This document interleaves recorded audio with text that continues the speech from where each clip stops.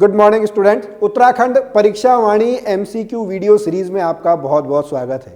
तो स्टूडेंट, जैसा आपको पता है कि हम यहाँ पर आपको डेली बेसिस पे 20 एमसीक्यू कराते हैं और आज जो हम चैप्टर स्टार्ट कर रहे हैं, आज है हमारा चैप्टर नंबर 8 जो है आपका मिट्टी, कृषि और पशुपालन से रिलेटेड। तो चलिए आज की वीडियो को हम शुरू करते हैं। तो चलिए स्टूडेंट, आज हम आपका लेक्चर नंबर 27 स्टार्ट करते हैं, चैप्टर 8 का भाग 1। यहाँ पे कुल मिला के आपके कितने भाग होंगे? 3 भाग होंगे। ये पहला पार्ट है। ठीक है जी। पहला प्रश्न क्या है? पहला प्रश्न है, राज्य में पर्वतीय क्षेत्रों की अधिकांश मृदा का पीएच होता है। ओके, अब आपको पीएच वैल्यू पता करनी है। ठीक है, आपने पढ़ा होगा जो H+ और OH- आयंस हैं। ठीक है, ये आपने पढ़ा होगा। इसी हिसाब से हम जो पीएच स्केल आपको पता है, जो 0 है, 7 है और 14 है। तो यहां पर जो आपका आता है 0 से 7, ये आपका इतना आता है। फिर जो ये 7 वाला पार्ट है, ये वाटर का है और जो उससे ऊपर है वो आपके क्या है? बेस है। ठीक है जी। तो अगर हम उत्तराखंड के मृदा की बात करें तो जो यहाँ का पीएच वैल्यू है वो आपका क्षारीय कैटेगरी में आता है, सॉरी आपका अम्लीय कैटेगरी में आता है। 5.5 से 6.5 के बीच में। कितना? 5.5 से 6.5 के बीच में आता है। ठीक है जी।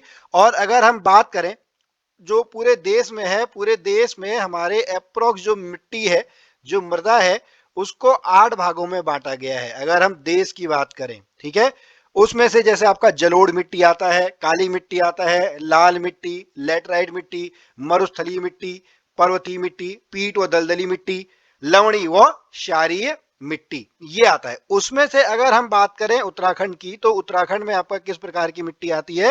उत्तराखंड में आपकी पर्वतीय मृदा आती है। और उत्तराखंड की मृदा के बारे में बता दूं कि अभी यह बड़ी अविकसित अवस्था में ही है और यहाँ पर चूने और फास्फोरस की कमी तो है ही है, साथ में जीवाश्म की अधिकता है। क्योंकि हमने पढ़ा है कि यहाँ पर पहले कौन सा सागर था? टैथिस सागर हुआ करता था। उसी से बाद में क्या बना? हिमालय बना। तो समुद्र में जो जीव रहते होंगे उसकी जीवाश्म मिलने की अधिकता यहाँ पर क्या है? बहुत अधिक है। ठीक है, तो इसका आंसर आप याद करेंगे। जो उत्तराखंड राज्य की आपकी मृदा है वो 5.5 से 6.5 के बीच में है। सेकंड क्वेश्चन, पर्वतीय क्षेत्रों में सीढ़ीनुमा खेतों के लिए सीढ़ियां अधिक से अधिक जितने प्रतिशत भूमि के ढाल पर बनाई जानी चाहिए? तो इसका जो आंसर है, इसका आंसर आपको याद करना होगा। कितना प्रतिशत? 15%। आगे चलते हैं। निम्न में से कौन सी फसल राज्य के तराई क्षेत्र में अप्रैल माह में फूल आने की अवस्था में दिखती है? ओके, अप्रैल माह में आपको बताना है, मतलब जब आपका जो बसंत, जब आपके बाद का, उसके बाद का जो समय है। ठीक है जी। तो यहां पर देखिए कौन सा, पहले सबसे पहले फूल की बात करें, अप्रैल माह में फूल आने की उपस्थिति में दिखता है, तो वो कौन सा है आपका? सूर्यमुखी। कौन सा है ये? सूर्यमुखी। सूर्यमुखी के पौधे से, फूल से आप क्या बना सकते हैं? तेल बना सकते हैं। यह जनरली कहां पर होता है जो सूर्यमुखी है यहाँ पर? वो आपका नैनीताल में है, देहरादून है, अल्मोड़ा है और आपका हरिद्वार है। यहां पर सूरजमुखी की आपकी खेती होती है। आगे चलते हैं। क्वेश्चन नंबर 4, राज्य के पर्वतीय क्षेत्र की कृषि में मानव श्रम का प्रमुख योगदान। ओके, मानव श्रम, बिल्कुल जैसा आपको पता है कि उत्तराखंड मुख्यतः किस पर बेस्ड है? एक कृषि राज्य है। ठीक है जी। तो यहाँ पर 60% किसके द्वारा उपलब्ध कराया जाता है? वयस्क पुरुष कर्मकारों द्वारा, बाल कर्मकारों द्वारा, महिला कर्मकारों द्वारा, कृषि कर्मकारों द्वारा। तो इसका सही उत्तर क्या है? इसका सही उत्तर है जो 60% है, जो महिला आपके कर्मचारी हैं, महिला लोग हैं, उनके द्वारा आपका मानव श्रम का प्रमुख, मानव श्रम में प्रमुख योगदान महिलाओं का रहता है। आगे चलते हैं। अच्छा जी, राज्य में दूध और दुग्ध उत्पादों को किस ब्रांड नेम से बेचा जाता है? Very important. यह कौन सा है? यह आपका आंचल दूध है। ठीक है जी। आपको पता होगा जो पराग है वो कहाँ का है? वो आपका उत्तर प्रदेश। अमूल तो बहुत फेमस है जी, वर्गीज कुरियन आपका जो गुजरात में है, मुख्यतः तो वहां है, लेकिन अब तो पूरे हर जगह आपका आ चुका है ये। ठीक है, तो यहाँ पर जो हमारे उत्तराखंड में है, उत्तराखंड में आपका कौन सा है? उत्तराखंड में आपका आंचल है। कहां पर है इनकी? एक लाल कुआं में आपका जो है। ठीक है, और यहां से आप प्रश्न एक याद कर लीजिए, ये प्रश्न भी बन के आता है, राज्य में प्रथम दुग्ध संघ की स्थापना। ये बहुत एक प्रश्न पहले भी पूछा गया है। राज्य में प्रथम दुग्ध संघ की स्थापना कब की गई? 1949 में। कहां पर? आपका हल्द्वानी में की गई। और जो भी आंचल है, इस आंचल का जो आपका यहां पर है वो कहां पर है? लाल कुआं। ठीक है, लाल कुआं डेयरी कहते हैं। ठीक है जी। आगे चलते, क्वेश्चन नंबर 6, जैव कृषि को प्रोत्साहित करने के लिए किस राज्य ने अपने को जैव राज्य घोषित किया है? ऑर्गेनिक, ठीक है जी, ऑर्गेनिक खेती। इस ऑर्गेनिक में होता क्या है? इसका आंसर उत्तराखंड है, ठीक है, ये मैं आपको बता देता हूँ, ठीक है जी। वो ऑर्गेनिक मतलब जैसे हम बात करते हैं ना, जो हम केमिकल्स से या जितने भी आपके अगर इधर देखेंगे, जैसे पंजाब हरियाणा इधर बहुत ज्यादा केमिकल्स का यूज पहले होता था, ठीक है, अब भी होता है। तो इससे होता क्या है, इससे मानव में बहुत बड़ी बीमारियां होनी, जैसे कैंसर वगैरह है वो होना शुरू हो गया। लोग क्या करते हैं, जैसे फलों सब्जियों में आपका इलीगल तरीके से इंजेक्शन से उसको बड़ा कर देते हैं, ठीक है। तो इसी को दूर करने के लिए उत्तराखंड राज्य ने अपने आप को एक ऑर्गेनिक राज्य घोषित किया है, ठीक है। अगर हम यहाँ की ऑर्गेनिक चाय की बात करें, ऑर्गेनिक टी यहाँ की बहुत फेमस है। ऑर्गेनिक टी आपकी जापान में, ठीक है, कनाडा में, उसके बाद हॉलैंड में, ठीक है, यहाँ बहुत आपकी बहुत ज्यादा फेमस क्या है, जो आपकी यह चाय है, ठीक है जी। आगे क्वेश्चन नंबर 7, उत्तराखंड में उगाई जाने वाली फसलों में सबसे महत्वपूर्ण समूह है। ओके, उत्तराखंड में उगाई जाने वाली, ठीक है, इसका ऑप्शन है आपका गेहूं, धान, मडुआ और आलू। गेहूं, धान, मडुआ और आलू।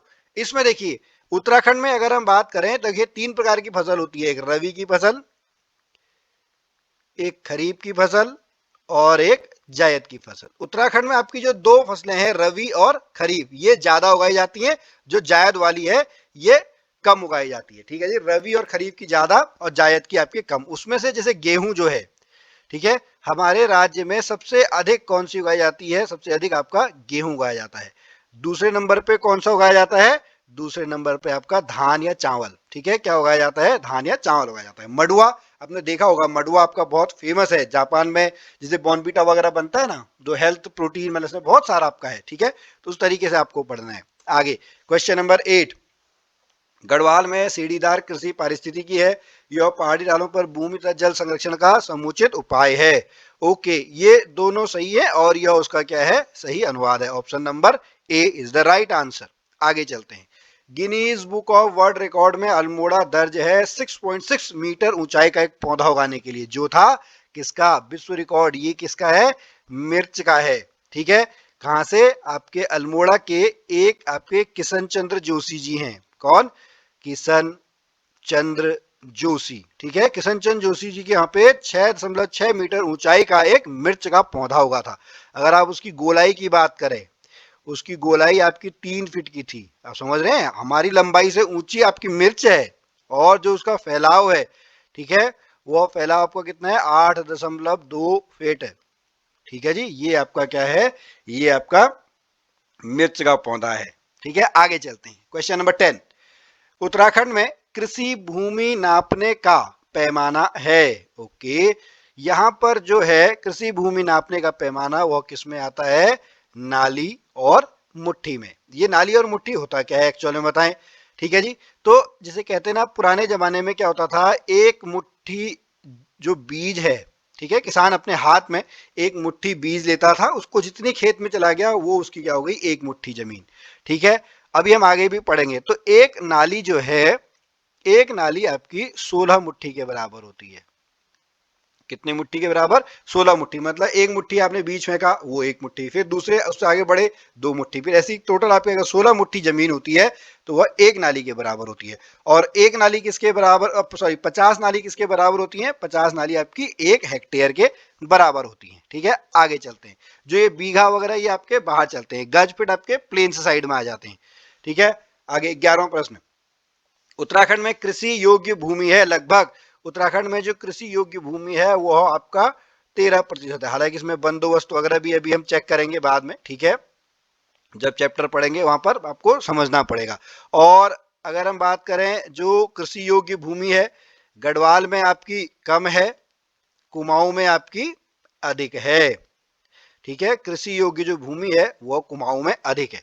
आगे 12वां प्रश्न, किस जिले को भारत सरकार ने लीची निर्यात जोन में शामिल किया है? बहुत ही आसान सा है ये तो, लीची नगर। कौन है?